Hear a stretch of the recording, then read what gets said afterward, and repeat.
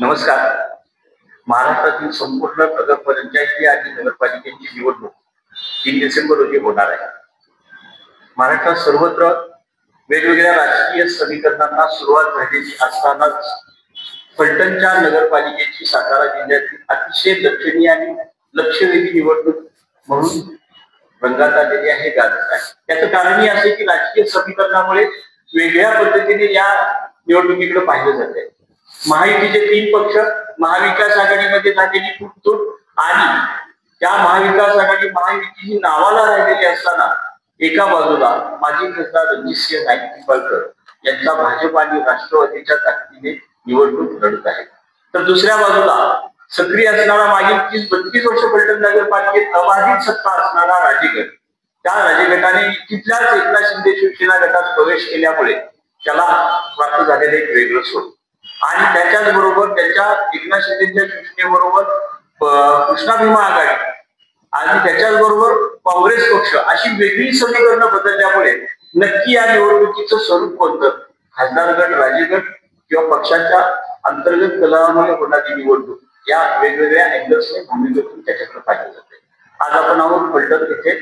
फलटणचे भाजपाचे काही पदाधिकारी आणि कार्यकर्ते आपल्या समोर आहेत. त्याच्याकडून जाणून घेऊया की भाजप आणि राष्ट्रवादीच्या वतीने फलटण शहराच्या नगरपालिकेच्या निवडणुकीच्या अनुषंगाने पुढील 5 वर्षासाठी कोणता अजेंडा घेऊन ते जनतेसमोर आलेले आहेत.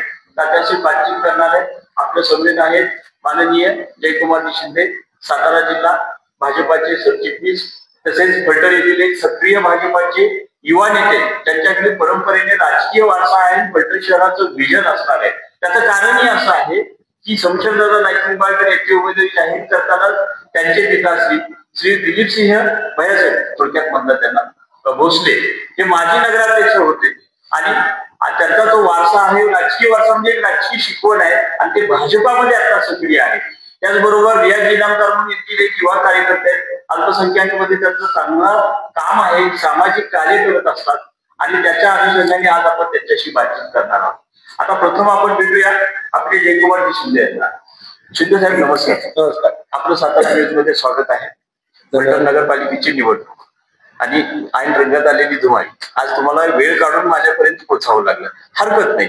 पण आता आपल्या पुढच्या पंचवार्षिकच्या दृष्टिकोनातून आपल्याला काय सांगावं असं वाटतं जनतेला? प्रथमतः मी आपल्या या ठिकाणी मनपूर्वक स्वागत करतो आणि खऱ्या अर्थानं या फलटण तालुक्याच्या दृष्टीने, खास करून फलटण शहराच्या दृष्टीने ही निवडणूक अतिशय महत्वाची निवडणूक आहे. या शहराच्या विकासासाठी, या शहराच्या डेव्हलपमेंटसाठी, या शहराच्या सुरक्षेसाठी आणि या शहराच्या इतर विकास कामाच्या बाबतीमध्ये असणारी ही निवडणूक आहे. कारण गेली 30-35 वर्ष झालं या शहरामध्ये त्यांच्याकडं या शहराची अबाधित सत्ता होती. त्यांनी या शहराचं कशा पद्धतीनं वाटोळ केलंय ही आम जनता तुम्हाला आता फिरत असताना सांगत असते. त्याच पद्धतीनं ही निवडणूक खऱ्या अर्थानं आता ज्यांच्याकडे 30 वर्ष सत्ता होती अशा एका नेत्याच्या विरोधात आहे आणि ज्यांच्याकडे गेल्या 5 वर्षाची खासदारकी आणि 1 वर्षाची आमदारकी अशा एका नेत्याच्या विरोधात आहे. 2 विजन असणारे नेते 30 वर्ष काय केलं आणि गेल्या 5 वर्षामध्ये काय केलं ही ठरवणारी ही निवडणूक आहे. गेल्या 5 वर्षामध्ये या तालुक्याचे पाणीदार खासदार माननीय रणजितसिंह नाईक निंबाळकरांनी ज्या पद्धतीने या तालुक्याचा विकास केला, खास करून हा तालुका दुष्काळी तालुका म्हणून ओळखला जात होता. या दुष्काळी तालुक्यातल्या सगळ्यात मोठे जे पाण्याचे प्रश्न होते, निरा देवधरचा प्रश्न असेल, धोंबलकवडीचा प्रश्न असेल, तो सोडवण्यामध्ये ती यशस्वी झाली. हजारो कोटी रुपयाची कामं या निरा देवधरच्या पाण्यासाठी आणली गेली. या तालुक्यामध्ये धोंबलकोडीच्या नावाखाली 30 वर्ष राजकारण झालं. तो 4माही होता. खासदारांच्या माध्यमातून हा धोंबलकोडी प्रकल्प 12माही झाला. 51 गावं या तालुक्यातली निरा देवधरच्या लाभक्षेत्रातली ज्यांना पाणीच नव्हतं आणि गावं दुष्काळामध्ये होती. खासदारांनी शब्द दिला होता की मी पाणी आणणार. 4000 कोटी रुपयाची गुंतवणूक केंद्र आणि राज्य शासनाच्या माध्यमातून आणून आज प्रत्यक्षामध्ये काम सुरू होऊन शेवटच्या टप्प्यापर्यंत काम अंतिम टप्प्यात आलेलं आहे. ती 51 गावं पाण्यामध्ये येणार आहेत आणि हा या तालुक्यामध्ये 3 कॅनेल उभं राहणार आहेत. एवढं मोठं काम त्या माध्यमातून झालं. धोंबलकोडी असेल, निरा देवधर असेल आणि या माध्यमातून आज ग्रामीण भागाचा जसा विकास झाला त्याच पद्धतीने या शहराचा विकास झाला. आज जर तुम्ही फलटणच्या 4ही बाजूला बघितलं शहराचा विकास करायचा असेल तर प्रथमतः लागतात रोड. आज शहराच्या लगत असणारे जर तुम्ही रोड बघितले, तो पंढरपूरवरून जाणारा पुणेकडे जाणारा रस्ता असेल, बारामतीकडून फलटणला येणारा रस्ता असेल, फलटणवरून सातारला जाणारा रस्ता असेल, फलटणवरून गिरवीला जाणारा रस्ता असेल, फलटणवरून तुम्ही दहिवडीला जाणारा रस्ता असेल, हे चारही रस्ते आज तुम्हाला सिमेंट कॉन्क्रीटचे आणि उत्तम दर्जाचे झालेले दिसतात. या शहरामध्ये येणारी दळणवळण वाढणार आहे, या शहराचा व्यवसाय वाढणार आहे. आज पालखी महामार्गाच्या अंतर्गत या शहराला 90 कोटी रुपयाचा निधी खासदारांनी पालखी महामार्गाच्या माध्यमातून या शहराला ज्या ठिकाणी पालखी थांबते संध्याकाळी त्या शहरातले सगळे रस्ते घेतले. आज जर तुम्ही शहर बघितलं, या शहरामध्ये असणारे जे मोठे मोठे चौक आहेत ते चौक सुशोभीकरण होत आहेत. छत्रपती शिवाजी महाराजांचा चौक असेल, डॉक्टर बाबासाहेब आंबेडकर मार्ग असेल, महात्मा फुलेंचं चौक असेल, वेगवेगळे चौक जर तुम्ही भविष्यामध्ये बघितलं तर हे सुशोभीकरण झालेलं तुम्हाला दिसतं. या शहरामध्ये खासदारांच्या माध्यमातून, आमदारांच्या माध्यमातून या शहरामध्ये एक आरटीओ ऑफिस झालं. तुम्ही जर शहरामध्ये फिरत असाल तर तुमच्या ही गोष्ट लक्षात येईल, या फलटणमध्ये पोलीस स्टेशन अशा 2 इमारती, शहर आणि ग्रामीण, एक अत्यंत देखण्या अशा इमारती आपल्याला बघायला मिळतात.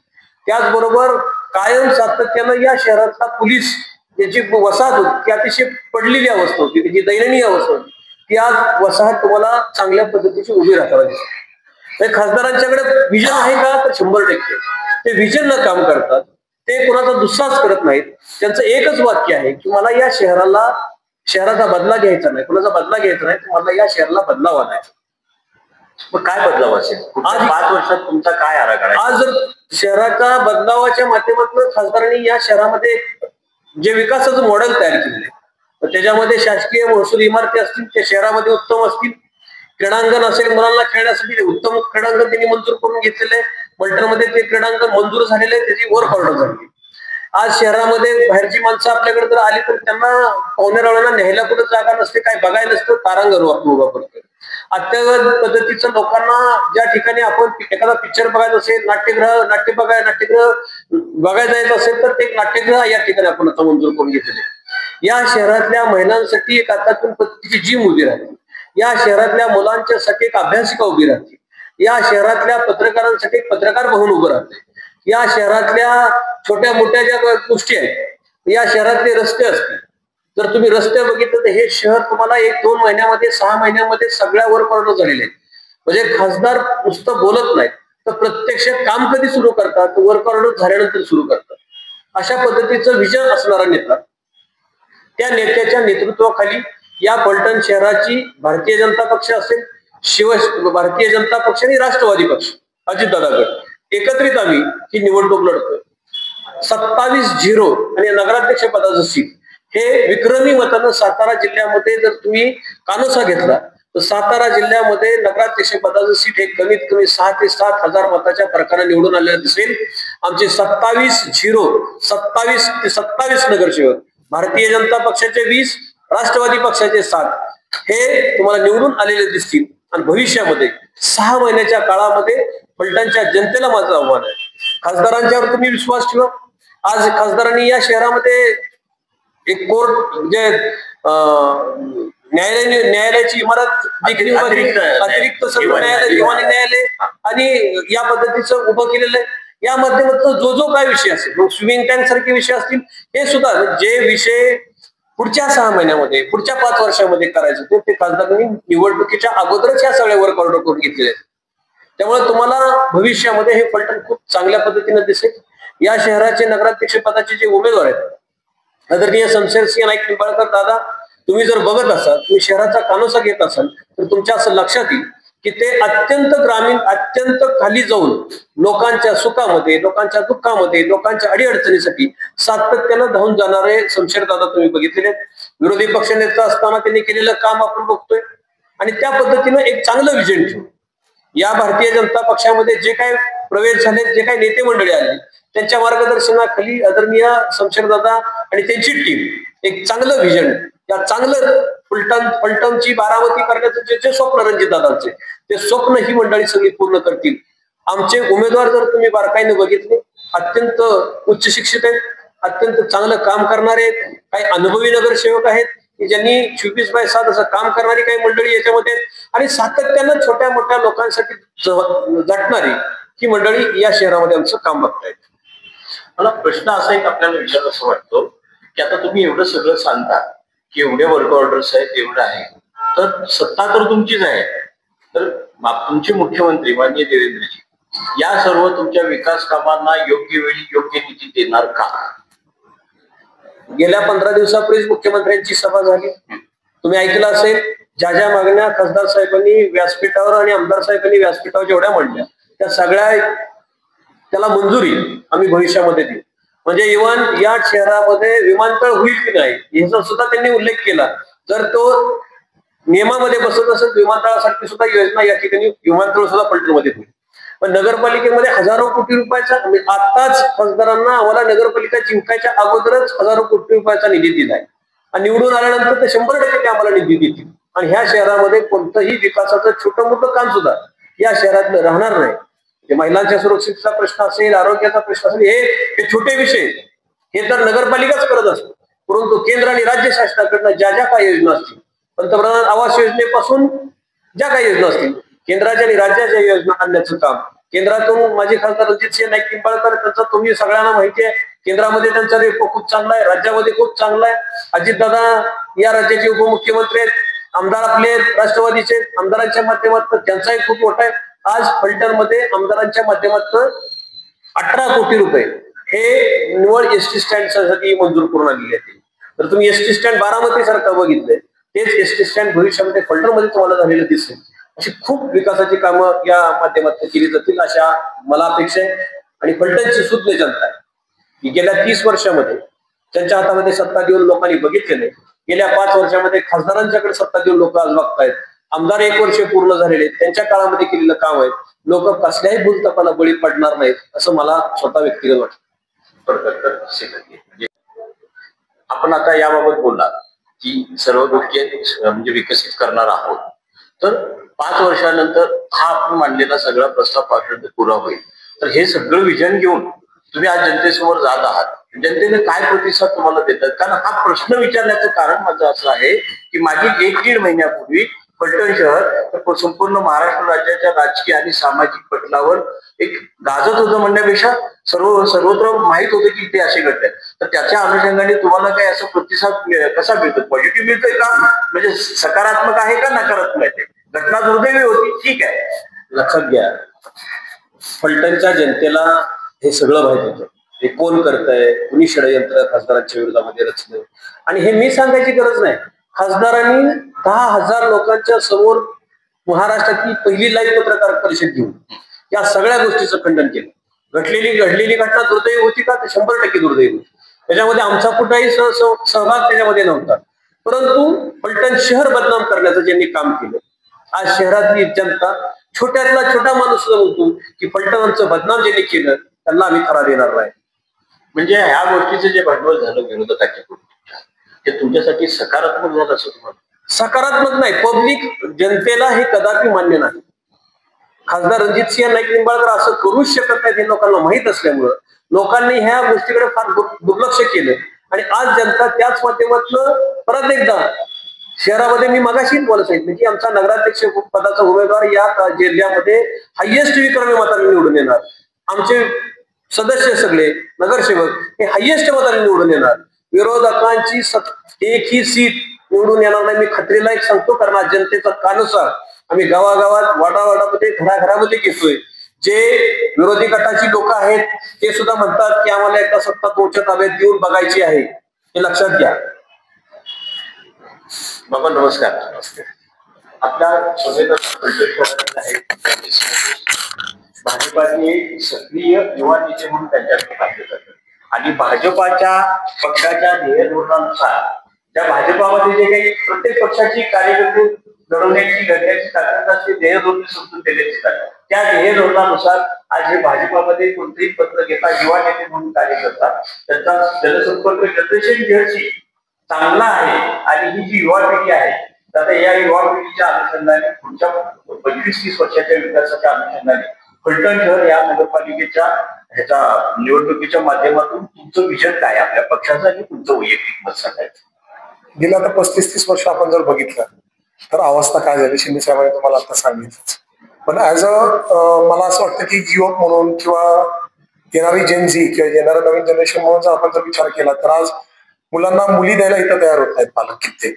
आज बारामती सारखं शहर म्हणा, पुण्यासारखं शहर म्हणा, मुली लग्न करायचं म्हणाल कुठं राहायला फलटणला मुली तयार होतात कदापि. बारामतीचा असला लग्न करायला तयार होत. त्यामुळे होतं काय आता युवा पिढी सध्याची, ह्याच्या पुढची युवा पिढी जी राहिलेली आहे ती सगळी पुण्याला किंवा बारामतीला जायला तयार झालेली आहे. आज कित्येक भागातील फलटण तालुक्यातील कित्येक भागातील लोक आपण जर बघितलं तर फलटण तालुका सोडून बारामतीला शिफ्ट झालेला आहे. त्याचं कारण म्हणजे काय?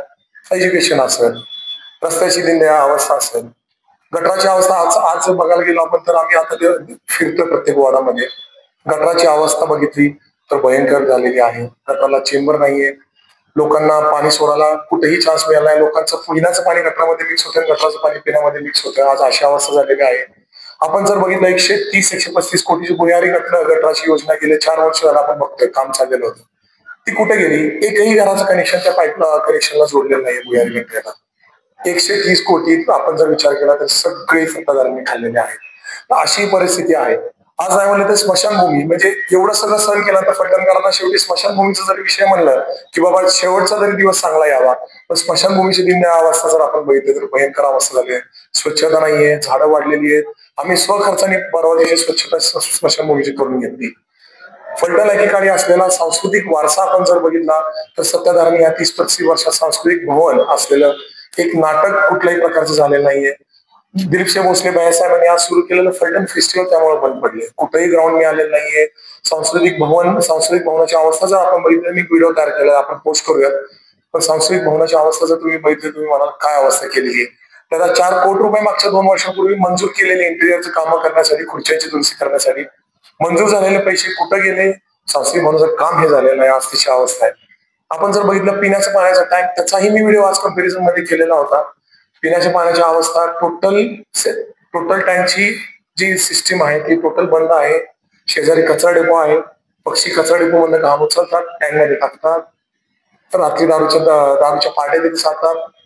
मोकळ्या बाटल्या दारूच्या तिथं पडलेल्या असतात. इतकी भयंकर अवस्था आहे. गटराचं पाणी काय आणि पिण्याचं पाणी काय एक लेवलचं झालेलं आहे. आज अशी परिस्थिती आहे. एकेकाळी 8 ते 10 हजार शिक्षण असलेले म्हणजे शाळा असलेल्या नगरपालिकेच्या शाळा जवळजवळ नाही म्हणलं तरी 180 ते 110 जवळपास शिक्षक होते 90-95 सालामध्ये नगरपालिकेच्या शाळांमध्ये. आज जर परिस्थिती बघितलं, एक शाळा 8 नंबरची चालू आहे, बाकी नगरपालिकेच्या सर्व शाळा बंद पडलेल्या आहेत. त्याचाही माझ्याकडे व्हिडिओ आहे की आपण शाळेची अवस्था जर बघितली तर जुगारीच्या अड्डे शाळेच्या सगळं शाळा बनलेल्या आहेत.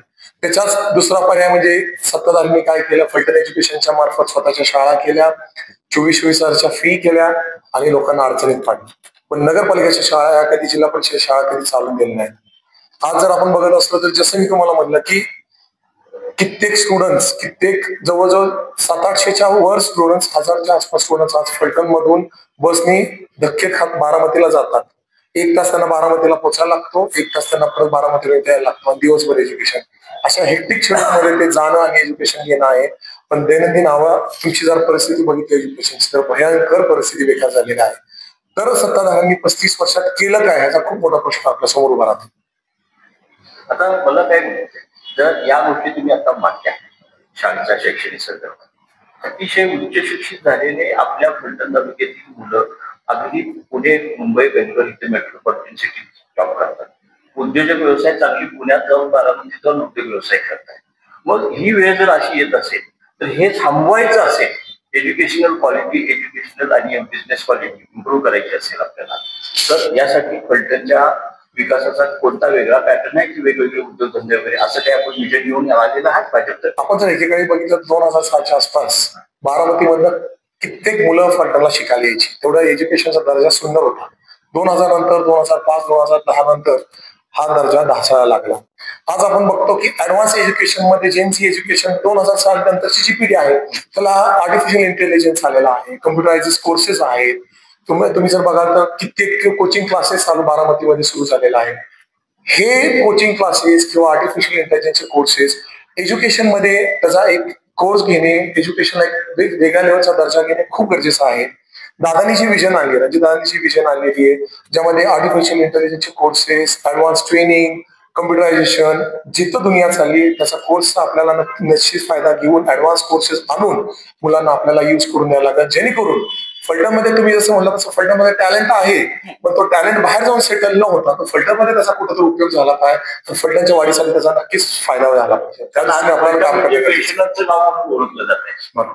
तुम्ही जर काही लक्ष्मीनगर, विद्यानगर, गोळीबार, हडको, संजीवराजेनगर इथे जर पाहिलं तर फक्त दोघे प्रत्येक कुटुंबात सर्व मुलं कुठे आहेत, पुणे, बेंगलोर, मुंबई. आणि हे थांबवून आपलं टॅलेंट आपल्याच तालुक्यासाठी वापरण्यासाठी इथे काय उद्योग व्यवसाय, इंडस्ट्रियल एरियाबाबत काय विजन ठेवते आपण? नक्की. नाईकबोवाडीमध्ये आपण जर बघितलं तर आता नवीन MIDC सुरू करत आहे दादांच्या मार्गदर्शनाखाली. आपण जर बघितलं तर गेले 20 वर्षात कमीच फक्त कमीचे बघितलं तर 3 ते 4 युनिट आले. बाकीचे युनिट सगळी गुजरातला बाहेरच्या देशामध्ये, बाहेरच्या राज्यामध्ये निघून गेले. तर कुठंतरी आज सत्ता दिली, कुठंतरी दादांना जर आपण एक बळ ताकद दिली तर 100% दादा या मागे उभे राहतील. एज्युकेशनच्या बाबतीत असेल, इंडस्ट्रियल सेक्टरच्या बाबतीत असेल, रोजगार क्रिएट करण्याच्या बाबतीत जर ताकद असेल तर दादा 100% आयडियल काम करू शकतील. आपल्याला मी या चॅनलच्या मार्फत निवेदन करतो की दादाला कुठेतरी आपण सगळ्यांनी मिळून यांना ताकद देऊयात. मग नगरपालिका असेल, जिल्हा परिषद पंचायत समिती असेल, येणाऱ्या आगामी निवडणूक लोकसभेची असेल, आपण दादांना ताकद देऊन आपण सगळे फलटणकरांनी, तालुक्यातल्या लोकांनी दादांच्या मागे उभे राहिलं पाहिजे. फलटण शहराचा विकास, तालुक्याचा विकास हा निश्चित करेल एवढे आपल्याला माहिती. आपण प्रचार दौऱ्यामध्ये आता सगळेच पदाधिकारी भाजपचे राष्ट्रवादीचे फिरतात, पायी दौरा चालू आहे. अगदी आपल्या ऍडव्होकेट जिजामाला होईल त्यांनी सुद्धा अगदी पायी दौरा चालू आहे. मनीषा वहिनी सर्व म्हणजे भाजपचे राष्ट्रवादी सर्व. तर आपल्या नगराध्यक्ष पदाचे उमेदवार शमशेरसिंह नाईक निंबाळकर आणि तुमच्या असणारे 27 नगरसेवक यांच्या विजयाबद्दल आपण काय सांगणार? 100% थोडस नरेटिव्ह चुकीचं सेट केलं जात होतं, त्याबद्दल मी तुम्हाला सांगू इच्छितो. माझे वडील आदरणीय दिलीपसिंह भोसले भैया साहेब हेही नगराध्यक्ष पदाच्या उमेदवारामध्ये होते. दादांनी त्यांनाही शब्द दिला होता, पण शमशेर दादा ही त्याच लेवलचे, त्याच कॅपॅसिटीचे उमेदवार म्हणून पुढे आले. त्यानंतर कुठंतरी एक गट म्हणून, एक पक्ष म्हणून आम्ही कुठंतरी आमच्यामध्ये कॉम्प्रोमाइज करून एक स्टेप मागे घ्यायचा भैयासाहेबांनी निर्णय घेतला. संशोधनाला आपण पूर्णतः ताकद दिली. त्याचाच एक भाग म्हणजे विरोधक म्हणून एक चुकीचं नरेटिव्ह सेट करतायत. जर ही लढाई जर तिरंगी झाली असती तर कुठंतरी आपलं नुकसान झालं असतं.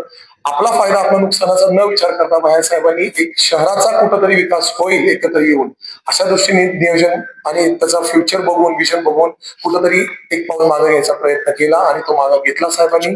आणि शमशेरदादांना पूर्ण ताकदीने आपण नगराध्यक्ष पदासाठी उमेदवारीसाठी आपण पाठिंबा दिला. परवा शमशेरसिंह नाईक निंबाळकर आपले नगराध्यक्ष पदाचे उमेदवार भाजप, त्यांनी सांगितलं की नक्कीच मला मार्गदर्शनासाठी एक प्रशासकीय मंडळ पण करणार आहोत आणि त्यात भैयासाहेबांच्या नगराध्यक्ष होते ते 20-25 वर्षापूर्वी त्यांनी सांस्कृतिक भवनसारखे असे काही विजन ठेवले, तर त्यांच्या मार्गदर्शनाखाली ज्येष्ठांच्या मार्गदर्शन काम करणार आहे. तर असं काही तुम्ही आराखडा शहरासाठी केलाय? 100% आज रणजितदादांच्या आणि भैयासाहेबांच्या मार्गदर्शनाखाली आपण एक तिथं समिती स्थापन करणार आहे, ज्याच्यामध्ये नगराध्यक्ष असतील, उपनगराध्यक्ष असतील, सर्व नगरसेवक मंडळ हे त्याच्या मार्गदर्शनाखाली काम करणार आहे.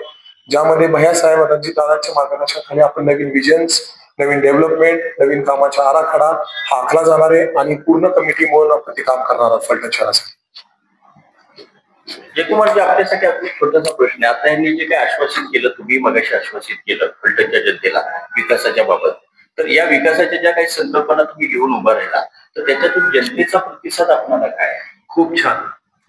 एकाच वाक्यात सांगतो, खूप छान. लोकांना जे निवडणूक झाल्यानंतर आम्ही आश्वासनं दिली, यापूर्वी नुसती आश्वासनं दिली जातात. या निवडणुकीमध्ये आम्ही जी आश्वासनं जी जाहीरनाम्यामध्ये दिलेली आहे, आता जाहीरनामा जो उद्या प्रसिद्ध होतो, त्यातली कितीतरी कामं आम्ही ऑलरेडी आता मंजूर करून घेतली आहेत, वर्क ऑर्डर त्याच्यात झालेले आहेत आणि ती कामं तुम्हाला 6 महिन्यामध्ये, वर्षामध्ये दिसतील. तसं तुम्ही आता युवकांचा प्रश्न विचार, या शहरामध्ये, या तालुक्यामध्ये एक कम्युनिस्ट कंपनी आली, या तालुक्यातली किती मुलं कामाला आहेत, त्याच्यामध्ये किती पगार मिळतो हे तुम्हाला सगळ्यांना माहिती. खासदार रणजितसिंह नाईक निंबाळकर खासदार असताना त्यांनी या तालुक्यामध्ये दुसरी नवीन MIDC मंजूर करून आणली नाईकबोवाडीला. आणि महाराष्ट्राच्या मुख्यमंत्र्यांनी आणि उद्योगमंत्र्यांनी त्या ठिकाणी राज्य शासनाचे जे 5 प्रोजेक्ट आहेत, 5 ठिकाणी ज्या कंपन्या दिल्या जाणार आहेत, त्यातलं फलटण एकमेव असं शहर आहे की त्या ठिकाणी या शहरातल्या या तालुक्यातल्या 20,000 महिलांना राज्य शासनाचा एक प्रोजेक्ट त्या ठिकाणी मंजूर झालेला आहे. आणि या माध्यमातून 20,000 महिलांच्या हाताला त्या ठिकाणी काम मिळणार आहे. एवढं मोठं प्रचंड काम त्या ठिकाणी MIDCच्या माध्यमातून तुम्हाला भविष्यामध्ये दिसणार आहे. या शहरातला युवक जो आज पुण्या मुंबईला जातो कामाच्या निमित्तानं, तो इथं थांबेल, या शहरातल्या महिला असतील, ज्या या तालुक्यातल्या महिला असतील, त्यांना त्या ठिकाणी रोजगार उपलब्ध होईल आणि हे शहर, हे तालुका आर्थिक दृष्ट्या स्वावलंबी बनेल, चांगला होईल, त्याच्या हाताला काम मिळेल, त्यांचं कुटुंब सुखी होईल, एवढं मोठं विजन ठेवून रणजित दादा असतील, आमदार साहेब असतील, आमची सगळीच टीम ही या माध्यमातून आज काम करताना आपल्याला पाहायला मिळते. रियाजभाई, आपण नेहमी सक्रिय असता भाजपचा कार्यकर्ता. तर आपल्याला शहरातील एक प्रश्न असा आहे की दहशत, महिलांची सुरक्षितता याबाबत काय आपण सांगतो? आता विषय असा आहे, दहशत हा जे प्रश्न आहे ना, त्या प्रश्नावर बोलण्याचं काही राहिलंच नाही. दहशतच नाही आमची. परवाची जी मिटिंग जाईल ना, त्या मिटिंगमध्ये विरोधकांनी सांगितलं दहशत कोणाची, काय सांगितलं? स्वतःहून म्हणले, माझे आमदार जे आहेत ते स्वतःहून म्हणले शिवसेनेची दहशत आहे, शिवसेना हा पक्ष दहशतवादी आहे आणि शिवसेने दहशत राहील. दहशत रणजितसिंह नाईक निंबाळकरची नाहीये. रणजितसिंह नाईक निंबाळकरने गेले 5 वर्षांमध्ये आता आमदार साहेबांनी काय विकास केलाय की आता आमचे मार्गदर्शक जयकुमार शिंदे साहेब, रणजितसिंह भोसलेंनी तुम्हाला सांगितलेलं आहे. माझी फक्त हात जोडून एकच विनंती आहे की आता फलटण नगरपालिकेच्या इलेक्शन मध्ये फलटण नगर परिषदचे नगराध्यक्षपदी जे उमेदवार आहे शमशेरसिंह नाईक निंबाळकर, यांचे कोणही काम आहे आणि 20 उमेदवार आहे कमळाचे आणि 7 आहेत आपले राष्ट्रवादी पक्षाचे. तर मत वाया घालणार, कारण आता आमदारकी ही सचिन पाटील साहेबांनी गेले वर्षभरात काय काम केलं ही कल्पना आहे, खासदार साहेबांनी काम काय केलं ही कल्पना आहे. आज एक मत महत्वाचं आहे. तुम्ही जनतेला असं आवाहन करत असाल का की विकासासाठी आम्हाला मत द्या? हा, पण त्यांनी विकासासाठी तुम्हाला मत दिलं, हा, तर तुम्ही त्या मताच्या जो विकास करणार आहे त्याच्याबद्दल तुम्ही साशंक आहात का निश्चित आहात? विशेष नाही काय, कारण आम्ही विकासाचीच दुराचा देऊन चाललेलो आहे. आणि मला आता असं वाटत नाही का की मागील वर्ष म्हणताय की तुम्ही म्हणताय की 30-35 वर्ष रखडलेला जो विकास आहे तर या 5 वर्षामध्ये तुम्ही संपूर्ण परत आहे जशी ती परिस्थिती शहराची बसू शकाल? 5 वर्ष फार लांब गेले साहेब. मग एका वर्षामध्ये ज्या आमदार सचिन पाटील साहेबांनी जे फलटण शहराचे धुरा हातात घेतलेले आहेत, जे आता टेंडर निघाले, गेले अनेक वर्षे काम रखडलेले आता टेंडर निघाले, कामाची रूपरेषा चालू झालेली आहे. खासदार रणजितसिंह नाईक निंबाळकर भारतातले 9 नंबरचे खासदार आहेत. आज तुम्ही फलटण तालुक्या शहरात 9 नंबरचे खासदार म्हणजे देशामध्ये निधी आणण्यामागे 9 नंबरचे खासदार आहे विकास कामासंदर्भात. हा, तर माझी फक्त एकच हात जोडी विनंती फलटण शहरातील जनतेनं, आज आपलं एक मत महत्वाचं आहे.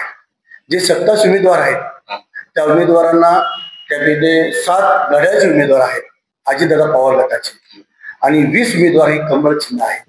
शमशेरसिंह नाईक निंबाळकर ही गोरगरीब जनतेच्या खांद्यावर हात घालून सुखा दुःखामध्ये जाणारी व्यक्ती आहे. फक्त एवढंच हात जोडून विनंती करतो की एक मत महत्वाचं आहे, मत वाया घालू नका. शमशेरसिंह नाईक निंबाळकर राहिलेले 27 उमेदवार हे पाणीदार खासदार रणजितसिंह नाईक निंबाळकर नेतृत्वाखाली उभे केले, त्यांना सर्वांना विजय करून एवढीच मी हात जोडून विनंती करतो. पण ते विजय करून दिल्यावरती तुम्ही काय करा? विकासाबद्दल त्यांच्या समस्याबद्दल तुम्ही वचनबद्ध आहात का? 100% बोला ना, सांगा. 100% वचन. साहेब, आपण एक दहशतीचा मुद्दा बघायची, या शहरामध्ये या तालुक्यामध्ये रणजितसिंह नाईक निंबाळकरांची दहशत आहे का? तर ती दहशत विकासाची आहे हे समजून घ्या. विरोधक त्यांच्यावर हे जे आरोप करतायत ना, आमची दहशत आहेच, पण ती कुठली आहे? या शहराच्या विकासाची काम करण्याची, या शहरामध्ये आणलेल्या विकास कामावर आमची दहशत आहे. आज या शहरामध्ये जर तुम्ही बघितलं, आम्ही राज्य शासनाच्या ज्या जेवढ्या योजना आहेत ना, त्या आमच्या प्रत्येक नगरसेवकाच्या पदावर उमेदवार असणाऱ्या पदाधिकाऱ्यांनी आज घराघरामध्ये पोहोचवण्याचं काम केलं. 27,000 बांधकाम कामगार साहित्याच्या निमित्तानं आम्ही बांधकाम कामगारांच्या माध्यमातून लोकांना न्याय पाठी उपलब्ध करून दिली. खासदार रणजितसिंह नाईक निंबाळकरांच्या स्वतःच्या पैशातून या तालुक्यातल्या 30,000 मुलींना, ज्या मुली शाळेच्यासाठी चालत येत होत्या, त्या मुलींना सायकल देण्याचं काम स्वतःच्या पैशातून. या तालुक्यातल्या कितीतरी छोट्या छोट्या गोष्टी असतील, त्या कोरोनासारखा काळ असेल तो जर तुम्ही बघितला असेल, या शहरामध्ये स्वतःचं हॉस्पिटल चालवणारी काही मंडळी होती जी कोट्यावधी रुपये पैसे कमवून गेली. खासदार रणजितसिंह नाईक निंबाळकरांनी त्या काळामध्ये, कोरोनाच्या काळामध्ये, स्वतःच्या वडिलांच्या नावावर मोफत हॉस्पिटल चालू केलेलं आपण बघितलेलं आहे. आमच्या कार्यकर्त्यांनी वॉर्ड वाईज स्वतः त्या ठिकाणी लोकांना त्यावेळेला अन्न मिळत नव्हतं, त्यावेळेला भोजनाची चालू व्यवस्था चालू केली होती. एवढी मोठं काम त्या काळामध्ये केलं. मग आमची ती दहशत आहेच विकासाची, आम्ही लोकांसाठी झटतो ना. मग ती जर विरोधकाला दहशत वाटत असेल म्हणजे तुम्हाला असं म्हणायचंय की तुमच्या विकासाची दहशत पाहिल्यामुळे विरोधकांनी तुमच्यावरती असं काय किंवा नेरेटिव्ह सेट करायचा प्रयत्न केला. पण आमचा आज ही या शहरात तुम्ही बघितलं असेल, आता दिवाळीचा काळ होता, गोरगरीब जनतेला दिवाळी गोड झाली पाहिजे या दृष्टीने त्यावेळेला निवडणूक जाहीर झाली नव्हती. निवडणूक जाहीर झाली नव्हती त्यावेळेला रणजितसिंह नाईक निंबाळकरांना सातत्यानं गेली 5-10 वर्ष झालं सातत्यानं या गावातल्या गोरगरीब जनतेला दिवाळी गोड व्हावी म्हणून स्वतःच्या पैशातून त्या ठिकाणी किटचं वाटप करतात. दरवर्षी मुस्लिम समाज रमजान असेल, त्याचे सण असतील त्यावेळेला दुधाचं वाटप करतात. या कैलासवासी हिंदूराव नाईक निंबाळकरांनी जी परंपरा या दोन्ही भगवानला घालून दिली ना, त्या परंपरेनं या शहरातल्या मुस्लिम बांधवांना दरवर्षी दिवाळी त्यांच्या घरी पोच केली जाते. साहेब, आता मला अजून एक प्रश्न विचार, आतापर्यंत भाजपची सत्ता फलटण नगरपालिकेत आली, पहिल्यांदा आज तुम्हाला जनतेने करून दिला तो पहिल्यांदा येईल. त्यामुळे भाजपची सत्ता आल्यानंतर भाजपची ध्येय धोरणं आपण राबवण्यासाठी काही वेगळा अजेंडा तुम्ही राबवणार आहात का? पक्षाची ध्येय धोरणं आणि त्याच्या विकासाची असणारी ध्येय धोरणं सर्वजण पाहतोय. भाजप काहीतरी देशातला काय सर्वात मोठा पक्ष आहे, जगातला सगळ्यात मोठा पक्ष, बरोबर आहे. त्याची ध्येय धोरणं राबली जातील तर विकासाची. देशाचे पंतप्रधान नरेंद्र मोदी असतील, या राज्याचे मुख्यमंत्री देवेंद्रजी असतील, यांनी ज्या पद्धतीनं विजन घेऊन या राज्यामध्ये आणि देशामध्ये काम करतात, त्याच पद्धतीनं माझे खासदार रणजितसिंह नाईक निंबाळकर, आमदार सचिन पाटील असतील, होणारे नगराध्यक्ष असतील आणि 27 उमेदवार नगरसेवक असतील, तेच विजन घेऊन या शहराचे डेव्हलपमेंट, या शहराचा विकास एवढंच ध्येय घेऊन आम्ही पुढे जाणार आहोत. आणि या शहरातल्या लोकांना पुढच्या 25-30 वर्षामध्ये फक्त आणि फक्त भारतीय जनता पक्षच दिसेल एवढं काम आम्ही आमचे उमेदवार, नगरसेवक आणि आमची पार्टीचे सगळेच नेते मंडळी, पदाधिकारी, कार्यकर्ते करतील यामध्ये निर्मात्र शंका. आपण जेवढं आता ठिकाणी आकर्षित केलं, अजून 1 वर्षानंतर सातारा न्यूजच्या माध्यमातून आम्ही तुम्हाला भेटणार आहोत. त्यावेळी आम्हाला काय तुमच्याकडून अवधूत वेळ एवढी तुम्हाला खात्री वाटते? 1 वर्षच नाही, मी तुम्हाला 6 महिन्याचा अवधी देतो. या शहरामधल्या नगरपालिकेमध्ये तुम्हाला 6 महिन्यामध्ये बदल झालेला दिसेल. आज सातारा न्यूजच्या वार्ताहर आपण आलेला आहात, जाताना सगळं शूटिंग घेऊन जा आणि 6 महिन्यानंतर परत शूटिंग घ्या. या ठिकाणी तुम्हाला झालेला बदल हा नक्कीच झालेला दिसेल. म्हणजे बाबा, आपण एक यंग युवा नेते म्हणून ओळखलं जातो. आपण उच्च शिक्षित आहात, चांगल्या पुण्यासारख्या सिटीमध्ये आपण शिक्षण घेतलेलं, पुणे पाहत आहात, फलटण पाहत आहात, तरी सुद्धा आपण आपल्या काय उद्योग व्यवसायासाठी फलटण घेऊ. पण फलटण मध्ये असणारी सर्व परिस्थिती आज तुम्ही मागील 4-5 वर्षापासून पाहताय, सामाजिक कार्यातून, राजकीय कार्यातून. तर याच्यामध्ये बदल होणं हे अपेक्षित आहे. आणि ते वाढ सध्या. तर आपण एक युवक म्हणून किंवा युवा नेते म्हणून किंवा भाजपचा एक युवा सक्रिय कार्यकर्ता पुढील आगामी काळामध्ये आपल्या ह्या युवा पिढीला इथे काही म्हणजे स्थिरता कशी प्राप्त करून द्या किंवा तो इथे थांबेल कसा, याबद्दल काय सांगा? की स्थिरता जसं म्हटलं तसं मी बीकॉम माझं पुण्यामध्ये केलं, MBA मी लंडनला होतो 4 वर्ष, फायनान्स आणि मार्केटिंग रिअल एस्टेट स्पेशलायझेशन करून 2014 मध्ये जेव्हा फलटणला आलो, त्यानंतर माझी स्किल मला सांगतो. 14 मध्ये आल्यानंतर फलटणला मला पुढे असं की मी जेव्हा एज्युकेशनसाठी माझा साडी पडलो हायस्कूल एज्युकेशनसाठी, आणि जेव्हा परत 2014 मध्ये आलो फलटणमध्ये काय फरक पडला नव्हता, फारसा नाही होता, एक टक्क्याच पण फरक पडला.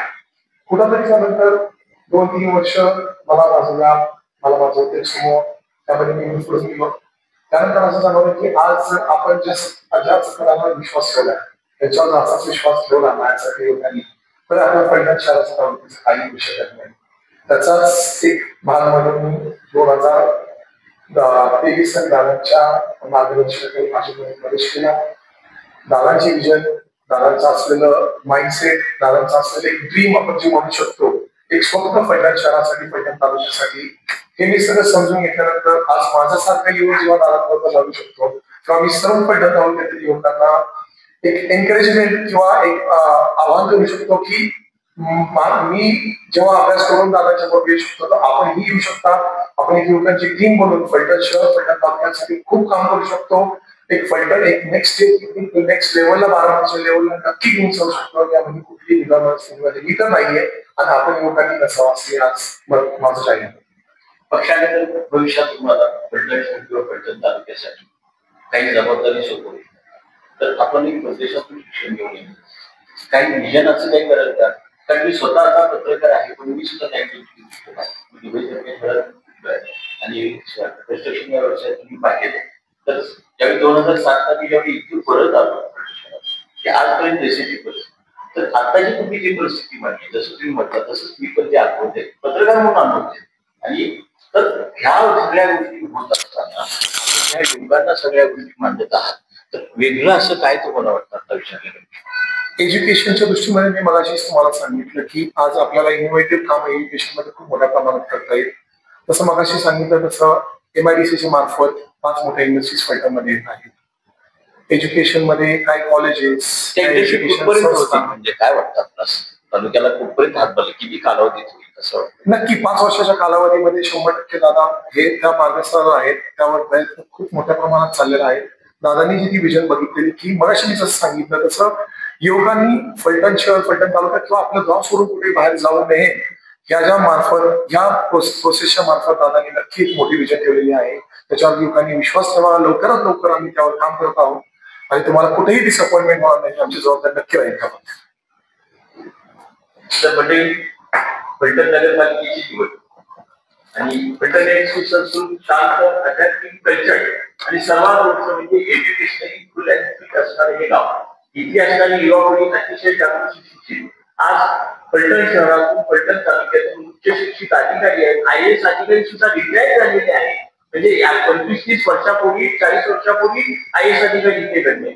उच्च शिक्षित चांगल्या IT क्षेत्रासाठी विद्यार्थी सुद्धा परदेशात आहेत. आणि सर्व युवकांचा वाटा घेऊन पाहिलं पण एक राजकारण हा विषय असा असतो की गरजेचं राजकारण, राजकारणाची समीकरण आणि त्यामुळे लोकशाहीसाठी असणारी गणना पद्धत शहरं कुठेतरी मागं पडतात. पण आता जर एक राजकीय नवीन आलेली जनरेशन आपल्यासोबत समजत आहेत गरजेचे अशी वेगवेगळी जर व्यक्तिमत्व उभी राहील, त्यांना अगदी विजन ठेवणारा एखादा नेमका त्यांच्या पाठीमागचा विषय नाही.